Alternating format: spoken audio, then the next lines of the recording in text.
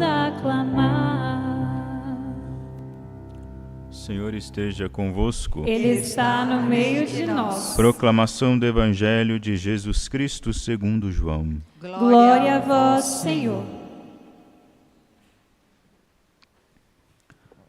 Naquele tempo, Jesus foi com seus discípulos para a região da Judéia.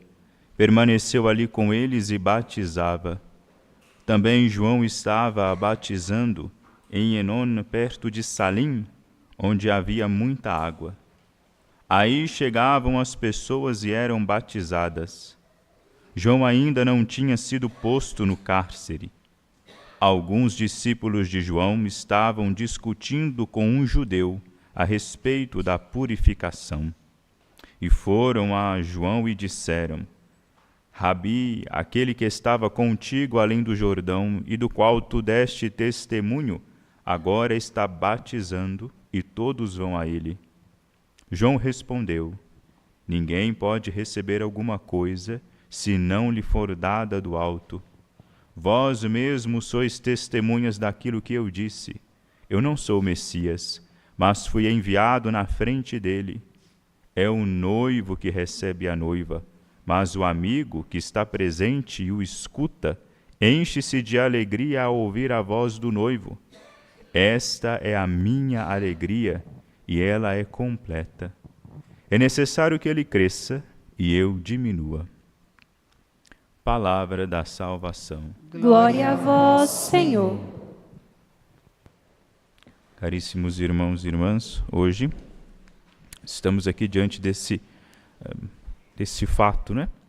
Da diminuição aqui do desaparecimento de São João. João, antes da aparição pública de Cristo, João era grande. A sua voz, a sua palavra, ela era ouvida. Era ouvida até por Herodes. Causava em Herodes um efeito.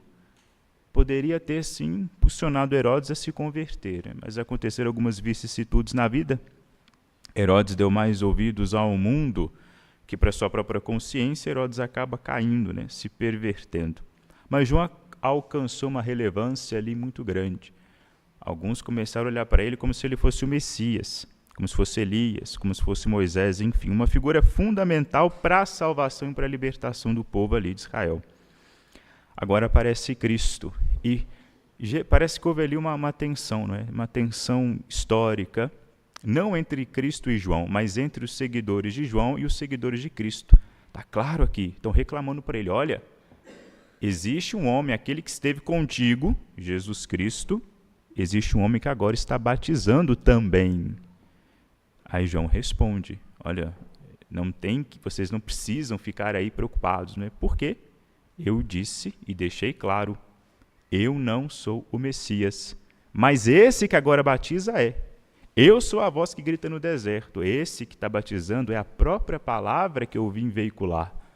Agora, acabou que ele iniciou o seu período de pregação, a sua vida pública, e eu agora não tenho mais serventia alguma. É um grande ato de humildade de São João aqui dizer: olha, agora acabou para mim. João, ele precede Cristo, ele precede o próprio Deus. Veja a dignidade que João teve.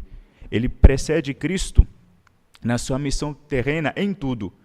Ele vai preceder Jesus Cristo no nascimento. João nasce primeiro que Jesus. Ele é 6 meses mais velho que Cristo. Ele prega primeiro, enquanto João já estava ali batizando, pregando, causando ali um certo tumulto, causando incômodo no palácio de Herodes. Cristo ainda estava escondido, trabalhando, vivendo ali com a sua mãe. Agora, acaba a vida pública de João.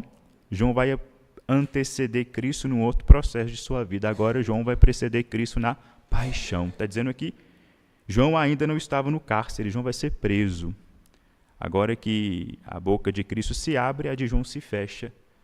João agora vai na frente de Cristo, ele vai ir na frente de Cristo em tudo, vai ser preso primeiro, vai morrer primeiro. A vida de João Batista vai aqui prenunciando qual que vai ser a vida do Cristo. Foi um grande pregador, Cristo um grande pregador, causou um incômodo enorme, Cristo vai causar um incômodo enorme. Foi preso, Cristo vai ser preso, e foi morto, Cristo será morto.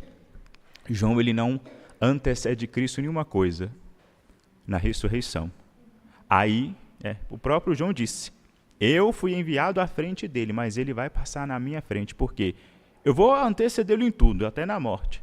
Mas na hora de ressuscitar, na hora de recuperar de novo a vida, aí ele vai passar à minha frente, porque eu não sou digno de desatar-lhe as sandálias, ou seja, eu não tenho a mesma dignidade do que ele. Por que João não tem a mesma dignidade do que Cristo? João aqui é apenas um mestre, é apenas um profeta. Mas ser mestre e profeta é pequena coisa, é pouca coisa? Não, é muita coisa. Mas se comparado com Cristo, com aquilo que ele é, não significa nada. O que é um profeta diante do próprio Deus? Não é nada. O que é um sábio diante do próprio Deus? Não é nada.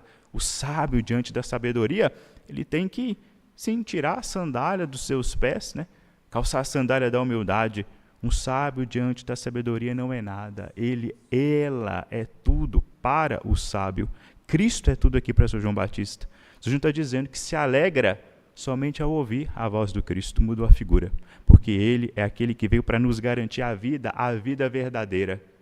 Por meio de Cristo nos é conquistada uma grande alegria. E é essa alegria que vai cantar João Evangelista. Grande alegria é essa, né? Sermos chamados filhos de Deus. O povo do Antigo Testamento não tinha essa dignidade.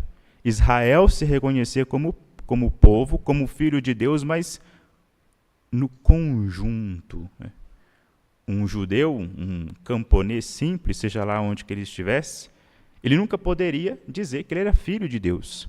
Eles não se dirigiam, né? Não dirigiam a Deus como se ele fosse pai. Eles não tinham Pai Nosso, não existia essa história de Pai Nosso. Deus era o Senhor, na verdade, Deus era um nome do qual eles nem pronunciavam, né? Eles diziam Adonai. Adonai significa Senhor, porque o pentagrama, que até hoje é um mistério, como é que de fato se pronuncia aquilo, porque no hebraico não tem vogal, né? Não se sabe dizer. Alguns aí atrevidos, né, começaram a chamá-lo de Jeová, mas vai saber se é Jeová mesmo, se é Javé, não tem como saber, enfim. Eles nem pronunciavam o nome de Deus, mas por meio de Cristo a gente começa a ter uma outra dignidade. Cristo, ele nos eleva a um patamar totalmente novo, até um patamar mais elevado que o patamar em que Adão estava. É bom, é bonito como é que Deus age sobre o pecado. É bom e bonito como é que Deus age sobre a queda. Deus, para mostrar para Satanás que de fato ele perdeu feio, ele não nos devolve aquilo que nós perdemos, ele nos dá mais. Nós perdemos o jardim do Éden. Deus, ele ia ao jardim do Éden. Agora ele vai pegar o homem caído, o homem que perdeu o jardim do Éden, e vai introduzir o homem em si. Deus saía de onde ele estava, Deus saía lá do seu santuário, como diz uma linguagem muito bonita, a linguagem do Antigo Testamento, Deus vai sair do seu santuário e vinha o homem. Agora Deus vai pegar o homem e vai introduzir o homem no seu santuário. Acabou essa história de jardim. Não vai ser necessário mais o homem esperar aquele horário da tarde que tudo ficava calmo para Deus vir passear com ele. Não, o homem vai ficar na presença de Deus constantemente. A alegria que ele perdeu, né, que o homem perdeu, que o primeiro Adão perdeu, o segundo homem, o novo Adão, Cristo, ele recupera não aquela mesma alegria, mas uma alegria muito superior. Aquela alegria que é a própria alegria da Santíssima Trindade. É o próprio Deus agora que vai derramar todo o seu júbilo no coração do homem. A vida do homem vai ser a vida do próprio Deus. O homem vai viver daquela luz. A luz de Deus vai traspassar o homem por inteiro. Vai arder o coração do homem, é desse calor, dessa ardência, dessa chama da caridade que vai fazer com que o homem sobreviva. Quando a gente entende isso, quando a gente entende qual é o tamanho, a grandeza do prêmio que Cristo resgatou para nós, como é que é grande essa dignidade de sermos chamados filhos de Deus, quando a gente compreende isso, a gente começa a ver que João tem razão na sua radicalidade. São João é bem claro, quem peca não é filho de Deus. Não é. Ah, mas você pode dizer, padre, mas eu fui batizado, quando eu sou batizado eu não viro filho de Deus? Vira. Então o que significa essa fala de João? Significa que você batizado, quando você peca, você é uma aberração. É isso que ele está dizendo.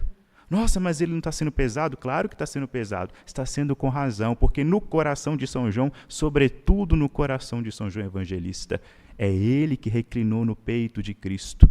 Ele que escutou em qual ritmo o coração de Nosso Senhor batia. Ele penetrou profundamente nesse mistério. Ele com muito mais razão sabe qual é a grandeza de ser chamado Filho de Deus, qual é o tamanho do prêmio. João conhece como que é grande a generosidade do amor de Deus para conosco.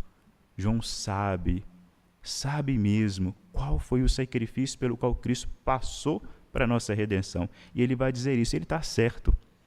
Uma pessoa que é filha de Deus e peca é como uma pedra que é solta para cair ao chão e não cai, fica aí flutuando. Ela deveria cair, mas não cai. É uma anomalia, é uma aberração.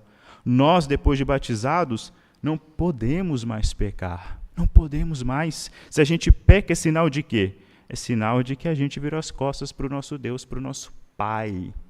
Aquela parábola do filho pródigo, Pai misericordioso, não importa o nome que se dê para essa parábola, ela desenha um pouco isso.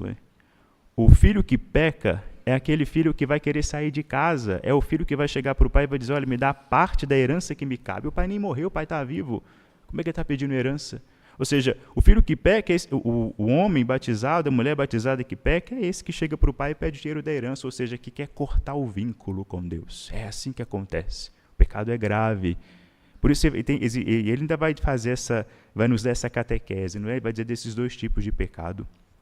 Quando nós pecamos gravemente, nós rompemos a nossa relação com Deus e dizemos, eu não quero mais depender do Senhor. Eu não quero ter laço com o Senhor, eu quero sair da sua casa. A gente é ensinado, ou pelo menos deve ser ensinado, a sonhar com a vida nesse santuário. O santuário no qual nós seremos introduzidos após a nossa morte. É lá, esse que é o novo paraíso. A gente deve sonhar com o santuário. Mas o pecador, ele para de sonhar com o santuário. Mas é engraçado, padre, eu peco, gravemente inclusive, mas eu continuo amando a Deus, eu continuo indo à missa, eu continuo comungando, eu continuo mandando beijo para Nossa Senhora, eu continuo fazendo isso e aquilo. Eu não percebo nada. Claro que você não vai perceber. Claro que a gente não vai perceber como é que é a sutileza dessas coisas. Porque quem começa com o pecado a ser inimigo de Deus é a nossa alma. A nossa alma passa a ser inimiga de Deus. E a gente não consegue, por enquanto, perceber quais são as monções, qual é a realidade, qual é a cor, o desenho da nossa alma. A gente não sabe, mas quando a gente peca, automaticamente a nossa alma faz isso. A nossa alma mata a Deus, torna-se inimiga dele, inimiga mortal de Deus.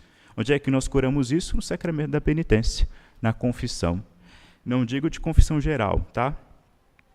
O padre está comprando briga aqui, mas confissão geral, gente, não existe, tá? Não existe. Não chega para o padre perguntar na confissão, tem quanto tempo que você confessa? Ah, tem 1 ano, mas foi confissão geral. Não vale. O padre pergunta e quer saber qual foi a última confissão que você se confessou ao pé do padre. Confissão geral não existe. Ah, mas a igreja fala que em caso de emergência. É verdade. Se você teve no avião caindo, aí sim vale a confissão geral. Fora isso, eu não consigo vislumbrar, né, uma outra ocasião que contemporaneamente sirva para valer uma confissão geral. Mas, enfim. Na confissão geral, o que vai acontecer? Essa amizade, essa relação paterna, ela vai ser recuperada. O laço de amizade que nós perdemos com Cristo, com Deus, por causa do pecado, vai ser recuperado. Então a gente vai, ou seja, essa pedra que ficou aí flutuando como uma aberração, ela cai. Ou seja, ele se porta, volta a se comportar, volta a estar estabelecido, de fato, como filho ou filha de Deus. Não é da nossa natureza pecar. Não é próprio o nosso pecado. Na sua catequese ele vai dizer que existem pecados que não matam a alma, e é verdade. Existem falhas que nós cometemos, ofensas, que elas ofendem a Deus, mas não chegam a romper a filiação divina. É o nosso pecado de cada dia, o nosso pecado cotidiano, as nossas falhas, aquelas coisinhas leves que nós vamos cometendo, que a gente sabe que pecou, mas não chega a atentar diretamente contra o mandamento de Deus, por exemplo. Quais são os pecados que matam a alma? Que vai dizer que nos diz São João? São os pecados contra os mandamentos, aquilo que a igreja chama de pecado mortal. E aqui a gente precisa entender a diferença do pecado mortal para o pecado venial. O pecado venial, de fato, não nos afasta da comunhão. A comunhão, ela é um remédio para quem está doente. Ela é um remédio para quem está doente. Uma pessoa sã, sadia, não precisa de comungar. A pessoa que peca, pecado venial, por exemplo, de fato ela está doente. Está doente. Eu estou doente. Acredito que vocês aqui sejam doentes. Quem não está doente é aquele santo lá, aquela alma já santa que já chegou naquela via unitiva, né? Já está unida a Deus de modo perfeito. Já vive da caridade. Essa pessoa é santa.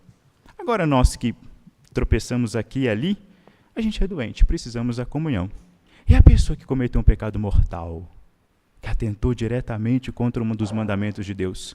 Por que existe uma implicância para não se aproximar da comunhão? A comunhão não é remédio para quem está doente? Eu disse que é. Mas a pessoa que cometeu um pecado mortal, ela não está doente, está morta. Existem pecados que conduzem à morte, é o que está dizendo São João. Remédio a gente administra para quem está doente, não é para quem está morto. Por isso que existe essa implicância, essa limitação com relação à comunhão, por causa disso. Não sou eu que estou dizendo, não tenho autoridade para determinar, liberar ou proibir isso.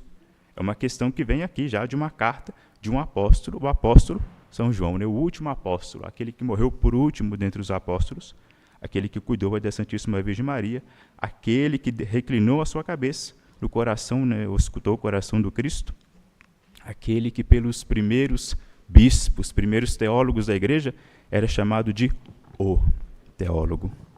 Portanto, meus irmãos e minhas irmãs, né, que essa liturgia da palavra, essas leituras que nós ouvimos hoje na Santa Missa, elas entrem no nosso coração e nos fazem entender que nós somos de fato privilegiados por sermos filhos de Deus e saber pedir dos céus aquelas graças e dons sobrenaturais para nos tornar fortes, nos dar força para dizer não para nós mesmos, dizer não a Satanás, dizer não às nossas fraquezas, dizer não ao pecado e viver uma vida toda santa, toda guardada em Deus, uma vida dentro da casa dele, sempre sonhando e esperando. Nós estamos o ano da esperança, sonhando, esperando o dia, né? Aquele dia glorioso em que nós adentraremos e viveremos lá no santuário do nosso Deus. Glória ao Pai, ao Filho e ao Espírito Santo.